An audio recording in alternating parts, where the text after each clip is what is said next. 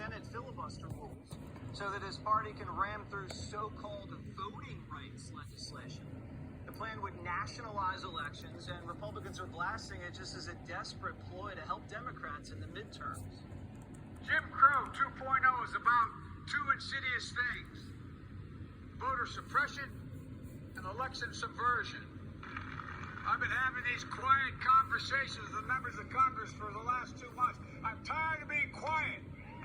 Today, I'm making it clear: to protect our democracy, I support changing the Senate rules, whichever way they need to be changed to prevent a minority of senators from blocking action on voting rights. In consequential moments in history, they present a choice. Do you want to be on the side of Dr. King or George Wallace? What a puppet. But guess who couldn't be bothered to show up? Stacey Abrams. Another left-wing activist decided to snub Biden's event. The activist saying they've had enough of speeches and photo ops, but Biden doesn't seem to think there's any bad blood between him and Abrams. Listen. Are you insulted she's skipping the speech? I'm totally asked the question. I spoke to Stacey this morning. We have a great relationship. We got our scheduling mixed up. I talked with her this morning. We're all on the same page, and everything's fine. Dana, do you get your scheduling mixed up with the President of the United States? I was saying, like if when the President of the United States says, I'll be there tomorrow at 10, you drop everything Right. so that you can be there, especially if it's your signature issue. Yeah. This is the issue. Remember, she never conceded that she had lost in the Georgia election. And she's been traveling the country on a speaking tour to try to drive this message home. In fact, arguably, she has done a lot more to try to advance this issue than Biden and Harris have done. And now, at the last minute, because Build Back Better didn't work out, and the left wing is freaking out, you have Michelle Obama weighing in, you have the administration, without ever having given the American people a speech about like why this needs to happen. Today, when the president says, I'm tired of being quiet, he yelled the entire time. And while he's doing that, the NAACP, for example, they're putting out statements saying, you haven't done enough. So here's what's going to happen. Once again, strategically, they've overpromised. They're going to underdeliver. Midterm elections are about turning out the base. Forget about the Republicans being in opposition. Like, the fact that the Democrats can't even work together on this, and that Stacey Abrams in Georgia had a scheduling conflict. I can't imagine what that phone call was like between, Ron Klain, perhaps the chief of staff, and Stacey Abrams' office.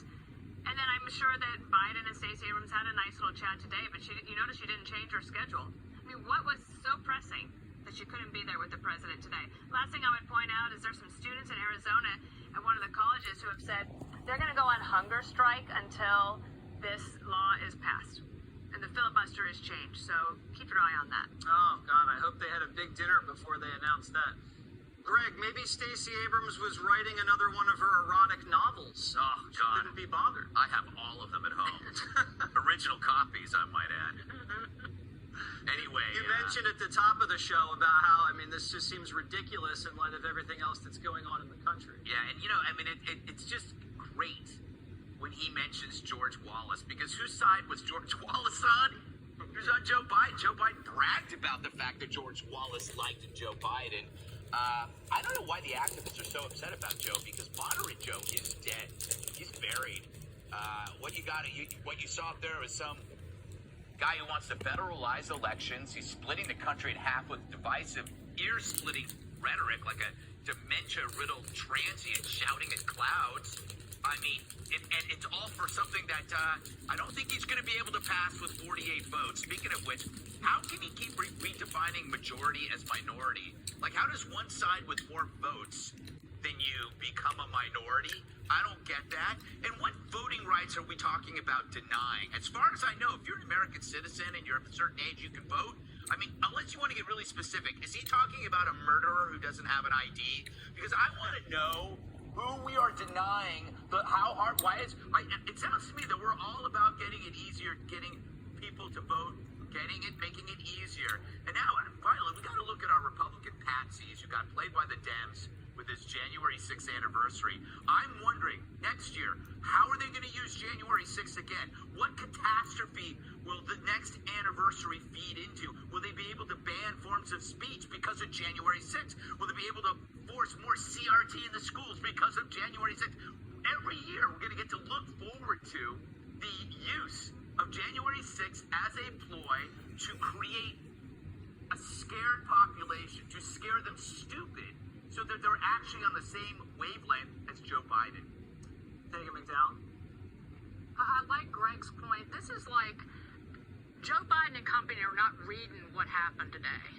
This is when you invite a lot of folks to a party and it's scheduled at a very convenient time. It's right after work. You just got to come by right on your way home.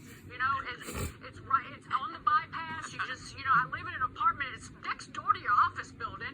You can come in. I've got punch. I've got White Claw, whatever you need. Nobody showed up to Biden's party, and I'm sure that they anticipated what he was going to say.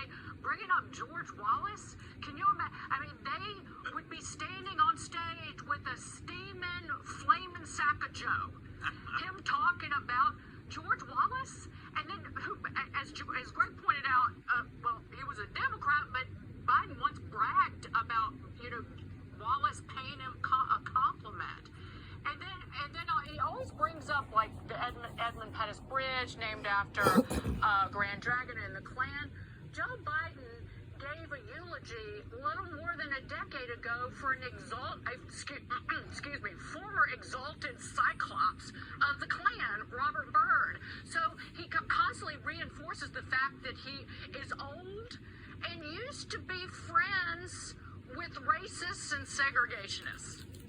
And the lie, Geraldo, from Biden is that these states cracked down on voting. No, they didn't. They just made it harder to cheat. Easier to vote and harder to cheat.